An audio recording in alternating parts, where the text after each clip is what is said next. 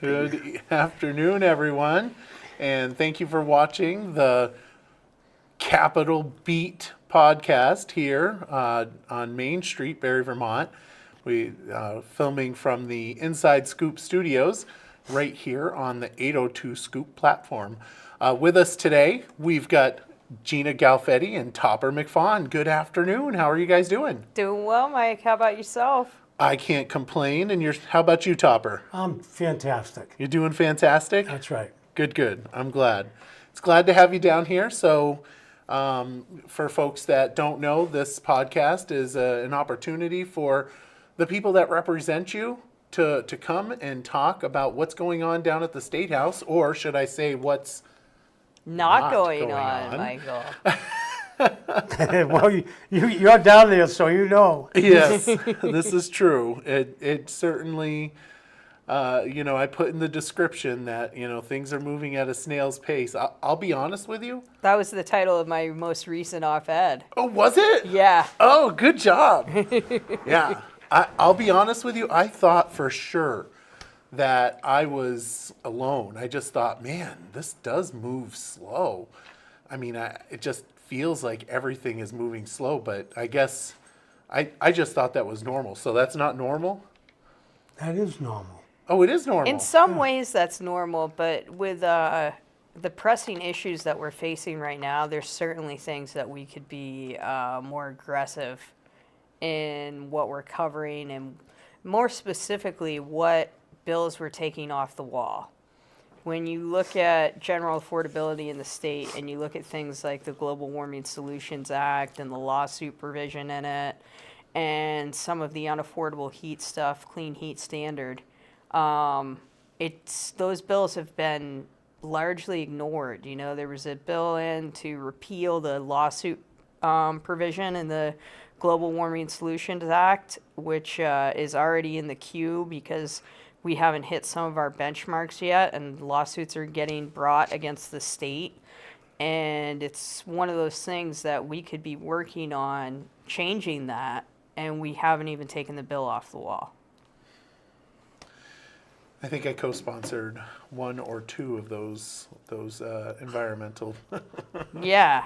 Well, we need to right the ship when it comes to stuff like that, Everybody's cognizant of climate change. We know we need to make changes, but what we're not doing is doing that in an affordable way for Vermonters, and we have to address that at some point, or we're going to be open to all of these lawsuits that we're going to have to litigate and potentially pay damages for, and then potentially pay legal fees on. The Climate Superfund bill is another big one that we're struggling with right now.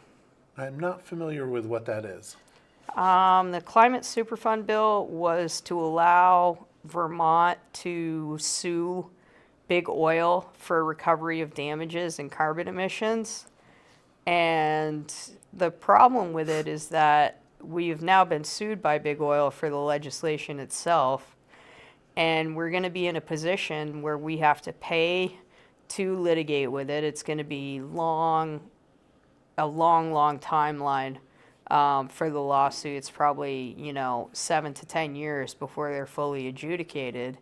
And at that point, if we lose, we could be subject to paying damages to big oil, and we also may be required to pay their legal expenses. And that big oil is going to come with a team of Harvard, Yale, Cornell trained litigators, and Vermont just can't afford that kind of a price tag. No. I mean, Vermont can't afford anything at this moment in time. No. Yeah. The other thing too, Mike, is like Gina said, the big issues, education, as an example. We're way behind on that. We should be further down the path on education. We should be further down the path on housing. And something that's never mentioned, healthcare. We're nibbling around the edges on that. So, it's just, we're just about going to be able to get some of these bills off the wall by crossover to see, and when you start doing things like that fast, you don't do a good job. Once, sending them over to the Senate, Senate will change them, and we'll go from there. Then it'll be a conference committee. We're way behind right now. And to that point, for folks who may not know, crossover is when a bill has to be out of the House and over to the Senate.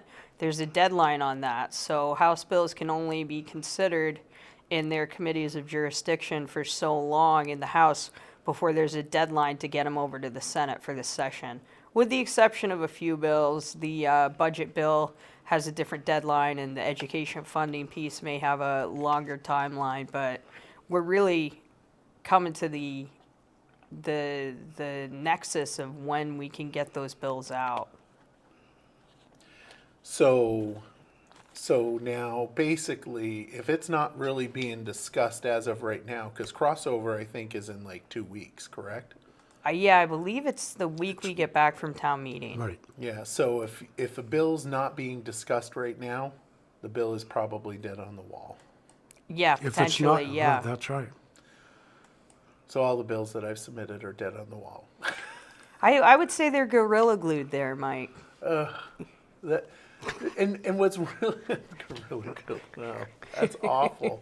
What's frustrating about that is that the bills that I've submitted are like, and I'm not talking about the ones that are co-sponsored, which also are like very Barry specific, right? I think of the gun show one that I put up there, the one where people can't go into, people get restrictions on going into apartment houses after they've been busted for drugs. That's really unfortunate. I know that those two are dead on the wall, but there's a couple others that I've put out there. How about the gun bill that says you can't have a gun in any public place? Any public You go place into can a do that restaurant, now. If you have, you're in a club, you're in a bar, any of those places. People can do that now. They have the right to No, do that right, now. but this wants to restrict that right. Wants to restrict it. See, and that's just not okay. No. If a club wants to be able to have people come and bring their guns in, that's their business. It's not the business of the legislature to say anything. Even if that passed, which I've heard that all gun bills are dead on the wall. Every gun bill is dead on the wall, including mine and probably that one as well. But if that were to pass, it wouldn't be upheld constitutionally, because you can't tell a place what you can and cannot bring into their establishment. Oh, how many fundraisers do you go to? And maybe like the Fish and Game Club, as an example. Oh, would that would Listen, kill? it's Would a that couple- kill the bill? Or kill the? That would kill the Fish and Game Club gun show, right? If you're not allowed to bring a gun into any public, wow, They raffle them off raffle them off. they We have a raffle 'em whole off show. during We the- have a whole show during the go on. fundraiser. 2 days worth of having guns up there, and if you can't bring them in for that, wow, that would be very interesting and very sad. Yeah, absolutely. But so Topper, I definitely want you to talk about that one bill that you Okay. got, which is H-237. Can you give a little Yeah. background on Yeah, that yeah. and tell us what that is? No, in a nutshell, 237 allows psychologists with a doctorate degree to prescribe certain kinds of medication that treat specific mental health diseases. And they do that with a collaborating physician, primary care physician, or a psychiatrist. And they have to do that in a clinical setting. They have to do it for 20 hours a week under the supervision of that collaborating physician. They have to do it for 2 years. They have to take tests, and they have to pass them to get certified. They can't prescribe for people under 18, individuals under 18 or 80 or over, or pregnant people, pregnant individuals. So in a nutshell, that's what it does. Now, it just so happens that I testified before the Healthcare Committee, which I'm the vice chair of, this last week. So it's short. So what I want to do is read you their testimony, because I put a lot of time and effort into it. Sure. And it will tell you the why we're doing this and how we're going to be able to do it. So first of all, addressing Vermont's mental health crisis. Vermont, like much of the nation, faces a growing mental health demand for psychiatric care. It's outpaced the availability for many of the residents, particularly those in rural areas and underserved communities, without timely access to necessary psychotropic medicine. And I'm going to have to keep going back and forth here because my machine is... I think you could do this.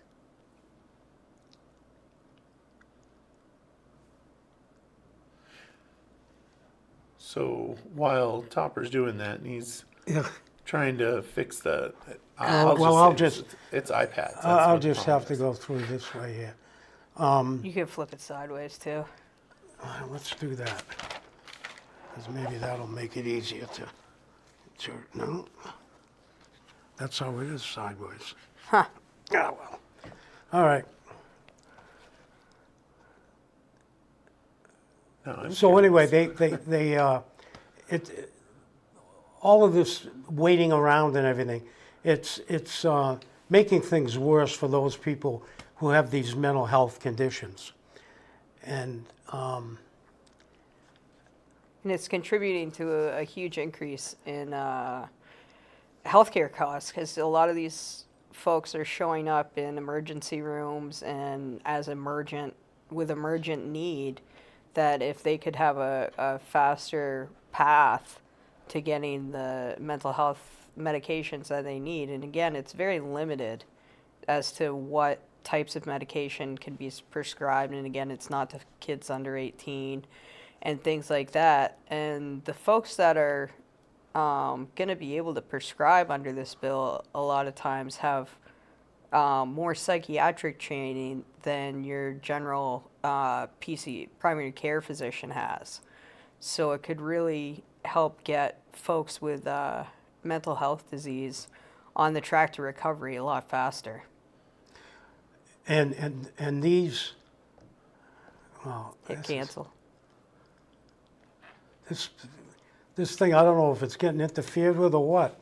Anyway, there's several states, including New Mexico, Louisiana, Illinois, Iowa, Idaho, that already have this. And these people are highly skilled.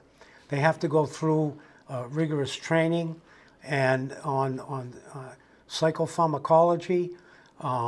They have to be trained. They have to make an agreement with the physician that's going to be working with them. That agreement lays out everything that they can do, and including the kind of medicine that they can prescribe. And all the rules and regulations that they have to follow to get it done.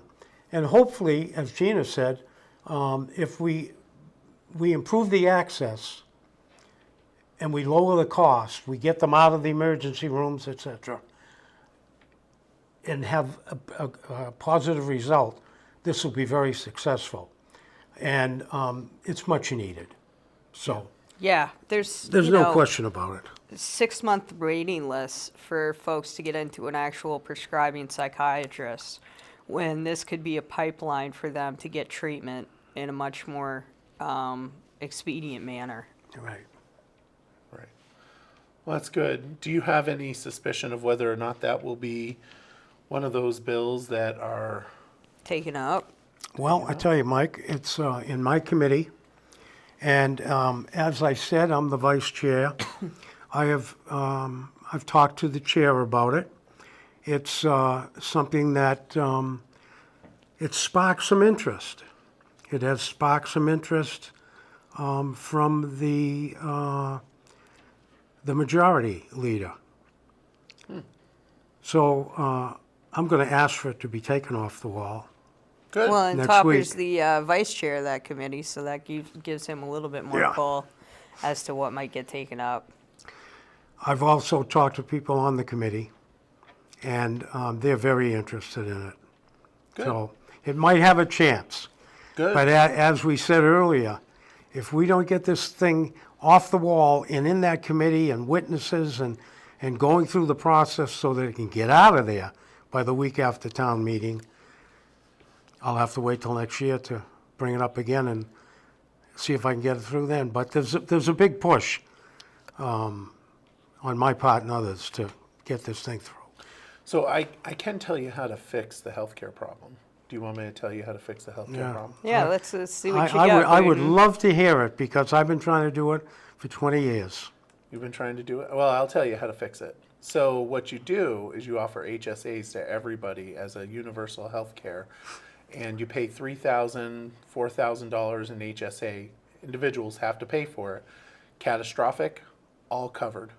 And for the HSA, for those that can't afford it, we're already paying for their insurance now. So just allow them to have the HSA for the healthcare stuff. So there you go. Merry Christmas. That's your. That's a good idea. I had a long conversation with a doctor yesterday, very long conversation, and he mentioned SHA to me and how he liked that as a solution. Yeah. It's and interesting that you brought that up. It would, the HSA, the model, one, puts Hey, responsibility. for all of us other Oh. viewers out there, ASA, HSA. HSA, thank you. So an What's the HSA is acronym? a health savings account. Yeah. So you put money into it that's tax-free, and then you're able to draw them out on medical issues, for medical services, for medication. It's a high deductible plan. So after you spend $3,000, kicks in, you don't pay for anything else. But for those that are healthy, don't go to the hospital, they put that money into the HSA. They're saving for their future, right? Because the HSA, you put so much into it, it accumulates. When you get 60 years old or 62, whenever you get old enough, you can start drawing on it if you wanted to, because it can be considered as a retirement account as well. But more importantly is that we are putting the power to control your healthcare in your hands, and you can call up people, get a quote on how much it's going to cost, and then we throw that whole capitalism in there to draw to push down those prices, because people are going to want to, and then doctors don't have to deal with Medicaid, Medicare, the health insurance companies, because it's paying basically cash because it's off of a credit card. Yeah. The only thing that he Well, it's said. not a credit card, it's an HSA card. The only thing that he thought was a drawback is people won't use it. They won't when they need to go before they get really sick, they won't use it. But they're not using it now. Right? I mean, if you're not going to use it when you have HSA funds in there, then you're not going to use it. I mean, Because you the would- money comes back to them afterwards. The money you put in, you can build that up and build it up and build it up. And his point was that they may not use it for preventive care and stuff like that. Right. Well, I mean, the comment that I would say is they're probably not using it for preventative care now. No, they're not. And I would say also throw a bunch of money into nurse practitioners in every single regional area, and have a nurse practitioner that can be your primary care. That's right. Which, there you go. So I have fixed the healthcare problem. You should come before the committee and tell them that. Well, then my bill, which is, I guess, more of a Band-Aid and not a full-on fix, it's not stitches, but it is a Band-Aid, is to increase the age for catastrophic plans to 40 so that people up to the age of 40 can purchase catastrophic healthcare plans. So you've got a bigger aggregate of people paying into those catastrophic plans, and then they're covered in the event of something catastrophic. See? Whereas right now, I believe the age limit is 30. So this is kind of like my plan, A little Right. bit. you know? A little bit. It's just a little simpler and kind of works underneath the existing framework. Like I said, it's a Band-Aid. So what you should do is get together and write something up, and then I'll get involved with I it. could do that. I could Not do right now. Where are you going, Mike? Off to get the wax tablet and the No, I stylus? just realized how difficult this is for you, for everyone here. I'm gonna try to move this camera right on over. I feel bad. You like keep on looking at me and then keep on looking at the camera. There we go. Is that better? Yeah, that works, Is that Mike. much Yeah, better now, for you guys? now we're looking at the camera and Now you. Now you're looking at the camera and me Come on, Doc, at the get, same time. go all over there with Mike. What's his name, Mike? Leah. Her Leah. name's Leah. Oh, it's a female? Yeah. Yeah, that's why it's got the pink collar The pink topper. collar. The what? Pink collar? Pink collar, oh, okay. How dare you? That's my pup, man. I don't know. That's Leah. Pretty girl. She's a pretty girl. Yes, she That's, is. She Leah is a pretty is, girl. What do you call it? It's a kid's name. Leah? Oh, Mike. What? Yeah. Yeah. No, I figured you. I apologize. Raylene's always yelling at me about how I'm not making it easy for folks with the camera. So I do apologize for that. Oh, But you're this all right, Mike. this works. There we go. Look at that. Much better, right? Anyway, so yeah, no, I think that would be a phenomenal. We need to have those catastrophic plans. Yeah. Because I think when people get really concerned because of like cancer, and that's the, oh crap, I don't have health insurance and I got cancer now. That's what I see. Well, and sometimes the good thing about those catastrophic plans is it will pay for at least one annual visit with your general practitioner, and a lot of times there's like supplements you can add on for prescription coverage. Because I had one when I was younger, shall we say, and it worked great. I don't have to ask how old you are because I know. So does the HSA that you have, Michael, does that include prescriptions too? Yeah. Wow. Yeah. I mean, I pretty much draw down my HSA annually because Yeah, yeah. I've got diabetes and I've Oh, got yeah, okay. epilepsy, so I've got the pills in the morning, that Chronic my conditions, concoction yeah. of pills. So yeah, and I have a I think I have a $3,000 HSA plan, and I put $2,700 into it. And I think National Life puts like a little over 1,000 into it, Yeah, so yeah. we're pretty good. Yeah, and They're- it'd be attractive to somebody like me who's just paying out of pocket for all my medical expenses right now, and I don't really have a lot of negotiating power with hospitals and physicians to figure out what the best rate or plan's going to be, and I'm taking a pretty big risk just paying out of pocket for health costs. I mean, at the end of the day, if we did something like that, it would have to be mandatory. It Right. would be a single payer type Yeah, right, healthcare, right. and that certainly would get That that would get the raises- cockles up on some people.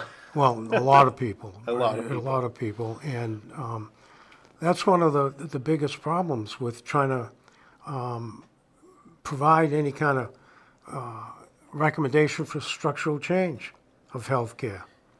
So Yeah, don't want to people touch want the to keep the sacred cow. healthcare that they've got, Yeah, that is the problem. but they it's- complain about how much it costs. Correct. They want to keep the health care they've got if the marketplace actually has more than one person at the table. Blue Blue Cross Blue Shield almost went under this year. So Yeah. they're at the verge right Yeah. now. So the way that I understand it, and maybe you can explain it better than me, but they have to have like 200% of their monthly expenses or monthly claims, or something like that. Anyway, they came down to like 2 weeks. 2 weeks, and that puts it into crisis mode. They had to raise their rates, and it puts them under the scope, or not the scope, but the microscope of the state, because Yeah, they you're probably in the very near future, you're going to see not only Blue Cross Blue Shield, but you've got 4 hospitals that are in dire straits. You have 8 hospitals that are having major problems right now. So in the next month or so, I would think that something drastic is going to happen. Well, the hospital up in the Northeast Kingdom, which came to the State House this last week. Yep, I mean, they're concerned about losing that hospital. that's right. And for Springfield is now in bankruptcy. that's, I know for me that would be terrifying. Yep. Because Yep. that if I lived up in Northeast Kingdom, and that hospital went out, that means you're about an hour away from any hospital, and I And don't. more than. Yeah. Well, I mean, just think about it, folks. I mean, if you were, most of the people that watch our show are in Barrie. Imagine having to go to Dartmouth, Yeah. or Fletcher Allen for any type of medical That's right. issue that you have. That's You right. wouldn't Or make it. Gifford. You wouldn't make it. Yeah. I mean, people don't make it on a 10-minute ride up to a hospital sometimes. Right. Well, Imagine an hour. I'm going to give you a perfect example of that. I had a heart attack 20 years ago, and I had to go to. I went here, got stabilized. Then they had that special ambulance then, and they were bringing me down. They had a nurse from the heart ward come with me, and a paramedic and the driver of the rig, and we were about, I don't know, maybe halfway there, and we were talking to each other, and all of a sudden, the nurse from the intensive care unit stood up and went like that into all these things I was hooked up to. I was starting another heart attack on the ambulance. And if she wasn't with me, I would have never made it to Dartmouth. And she said to the driver, "Go as fast as you can, but don't put us in danger. But we have to get there. I have one more vial. We have to Nitro. get there." Was it nitro? Or Oh, I don't know what it was. It's something they give you in the hospital Yeah. to block the heart attack somehow. I don't know. So, I mean, that's the kind of thing you're thinking about. yeah. What if you're Certainly. bleeding? You got to be close. Yeah. Certainly something that we're going to have to deal with, because we're going to have to, I mean, it sounds like we're going to end up having to stabilize them. I don't know. We're, meaning you and me. I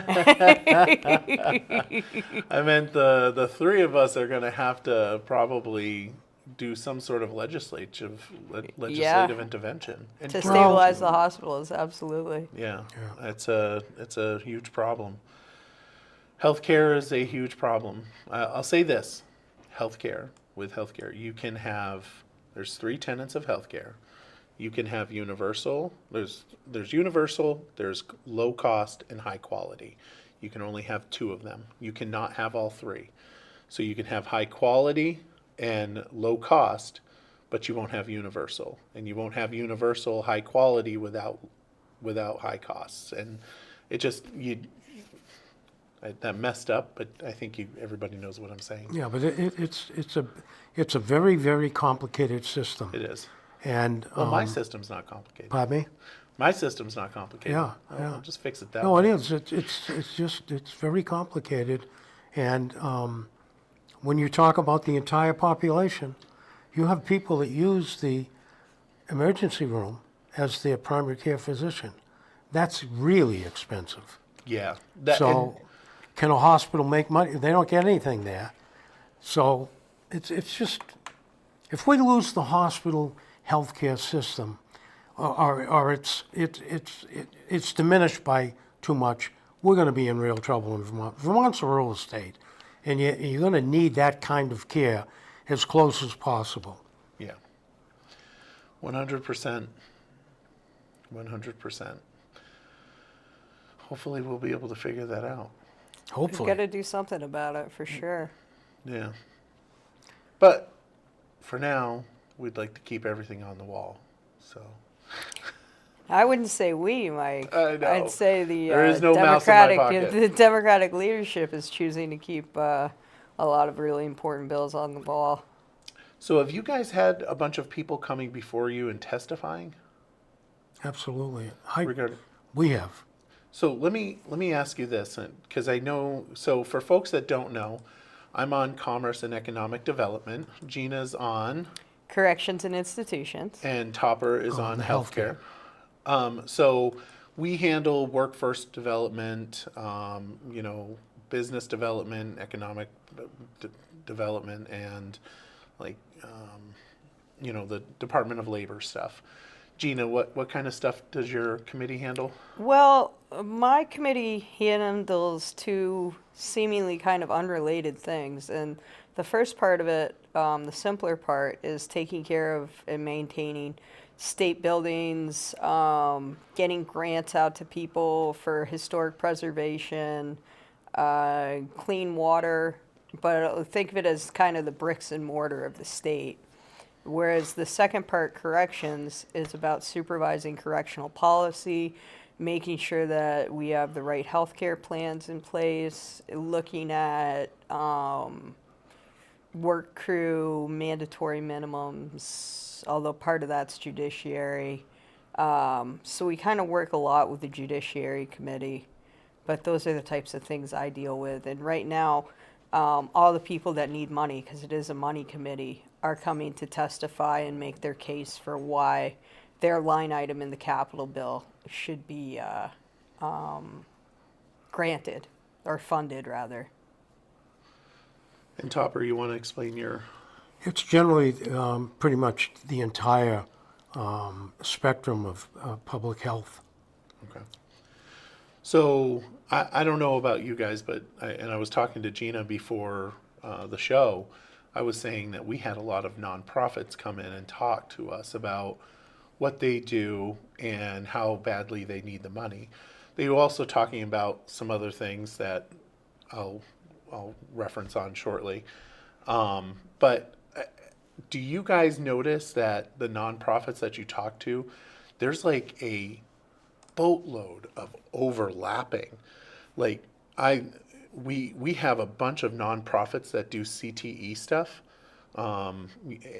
stuff that the Career Center could take up if they got more money. Do you guys have that in your committees? No? I don't think we necessarily have the Probably. overlap, but we certainly deal a lot with the Vermont Housing Conservation Board. And it's one of those nonprofit entities that we've thrown a lot of money at. And my question really is, are we getting the bang for our buck that we need to be getting out of these projects? And as you know, any nonprofit has administration that they're paying out of those funds that we're giving. And they're not running, as it's a nonprofit, they're not running it like a business. So, Yeah. To me, it makes sense to incentivize housing initiatives for private contractors and to do things within the state structure that benefit Vermonters in the sense of providing a path to homeownership. A lot of the stuff that VHSCB does creates housing, but it doesn't create modest level homes that are owned, and it subsidizes a lot of stuff, and I don't personally feel like that's the way forward if we want to see more people getting into their own homes. should take all that money and create a development. Just throw the money there and just like tell developers, hey, do it and just make it happen. That's what Well, my that's why another one of my bills that I'm putting in seeks to exempt building materials from sales tax for priority housing projects. Ooh. And that's another way to incentivize and keep down the cost of private contractors building housing. So there's some ways that we can make things more affordable to do in the private sector. Nice. We, Yeah, we, definitely. Michael, we have a lot of people like you, nonprofits that come in looking for an ask and to expand something they're doing. But the Green Mountain Care Board comes in because they want to do something else. We have the visiting nurses, the hospitals, anything to do with healthcare comes before us. And what we try to do is listen to all of this and figure out a way that we can provide the quality service that you talked about earlier and lower the cost. Right. And, sometimes that's good. We can do it. And sometimes there's no way that it's going to happen. Like, for instance, prior authorization. In terms of quality, if you're waiting around for weeks to get prior authorization to have some kind of a procedure done, you could be in real trouble by the time the procedure is done. That takes away from the doctors, nurses, providing you the services that you need because you're sitting someplace waiting. So we're getting rid of it.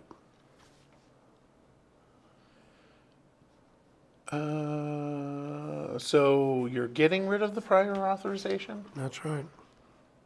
but you're saying that the doctor has to sign off on it. So I mean, The that doctor sounds- does, yeah. The doctor's Yeah. saying, Okay. The doctor is saying that you it have a needs to be broken done. arm Yeah. or an elbow, or you have some part of your body that needs help, and you have to get prior authorization from an insurance company to get it done. That makes sense. I mean, if your doctor is saying, "Hey, it looks like you may have some An X-ray, an or X-ray some needs sort to be of done," test. that should be something that Yeah. you shouldn't have to It get should be reviewed authorized by for an it. insurance company that's Or not in the business of providing health care. correct. Or if they are gonna have that authority, it should be done within 24 hours. Yeah, and then know, there's something like also that. another piece of it, this certificate of need that the Green Mountain Care Board does. If you're in a hospital and you need some kind of machine that provides, let's say, X-ray therapy for your cancer, radiation, and your machine is getting old and out of date, you need to get a new one. Those things cost a fortune. The hospitals, if that's getting old and they can't provide the quality service, they're not going to want to have that old machine. I remember when I was down at Dartmouth, they said you need to go back and get treated for the cancer at the Central Mount Hospital because they have all brand new machines. You're going to get just as good a service there as you would down here. Yeah, that's true. So there's another way, if you want quality care, eliminate that stuff. And going back to what you were saying about the nonprofits and the funding that we're doing for nonprofits, I think that they need what kind of nonprofits get the funding really need to be scrutinized on a case-by-case basis. Because if you look at the Recovery Partners of Vermont and the Turning Point Centers and the funding that they're getting, Right. they're actually underfunded, but they're Yep. providing one of the most valuable services in the state right now for opioid use disorder.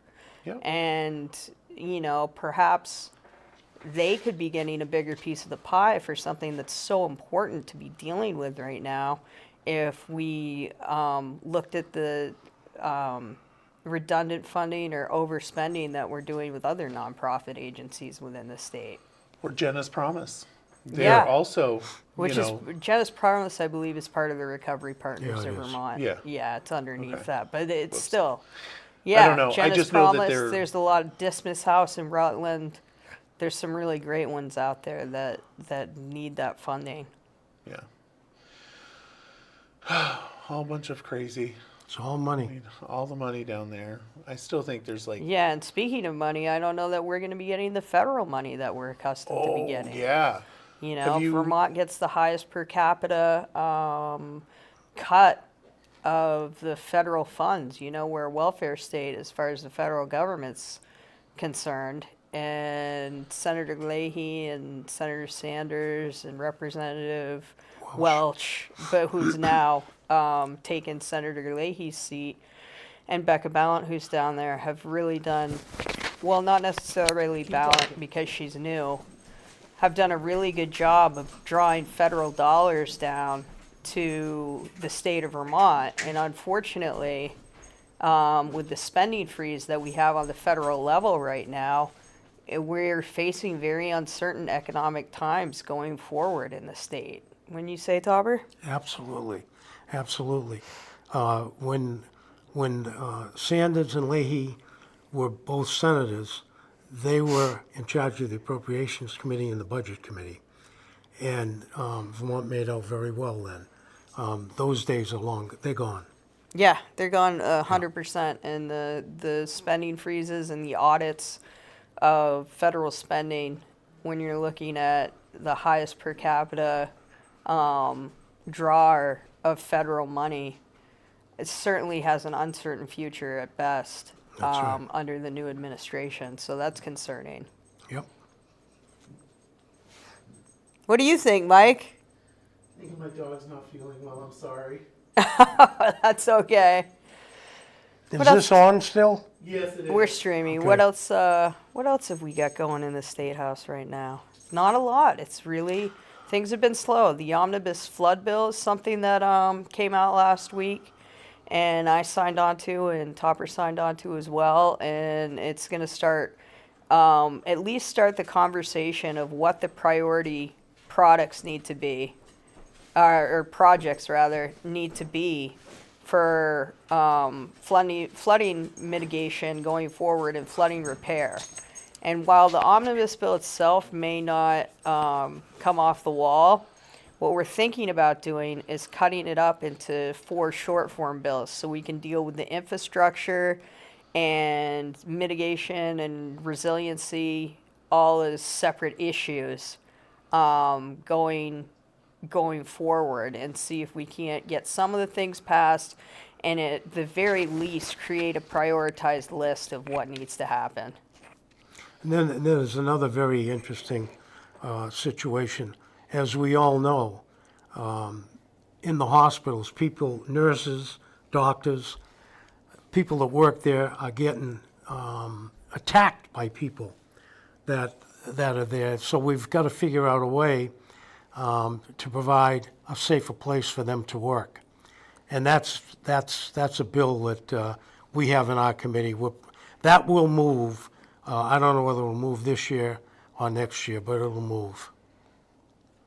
Yeah, because that's part of, keeping good quality healthcare staff in those facilities, is making sure that we can protect them to do their jobs. Well, lots to do, and we'll certainly be here to chat about it. I'm going to try to do Capital at least, B. That's right, capital B, at least once every other week or once a month, something like that. I do apologize for the pup. Hey, You're going to see a lot of she's things. going to need universal primary care I soon. know, right? You'll see in the next couple of 3 weeks a lot of stuff happening quickly. And then you're going to be spending a lot of time on the floor debating these bills. Oh, that'll be fun.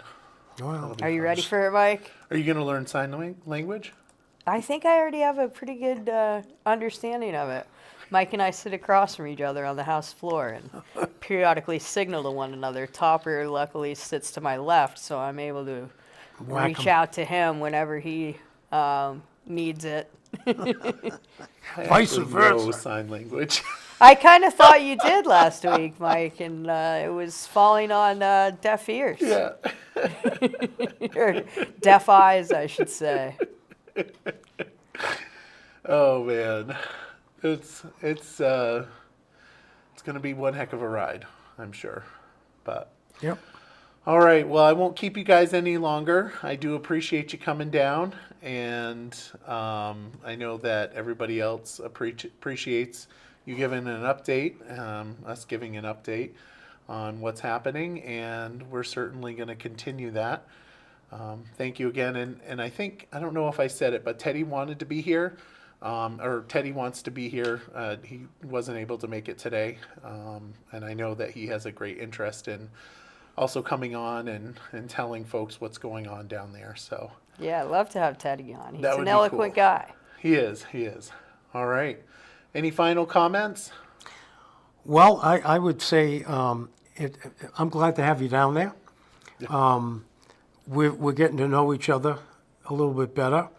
I signed on to one of your bills the other day.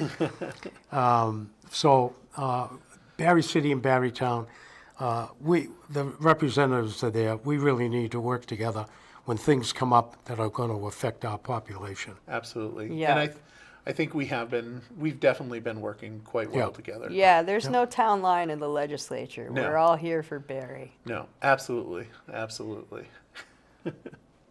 All right. Well, thank you very much for coming, and want to say thank you to everybody for watching the Capital Beat podcast, live Main Street, Barry, Vermont, here in the Inside Scoop studio, and we hope you have a lovely weekend.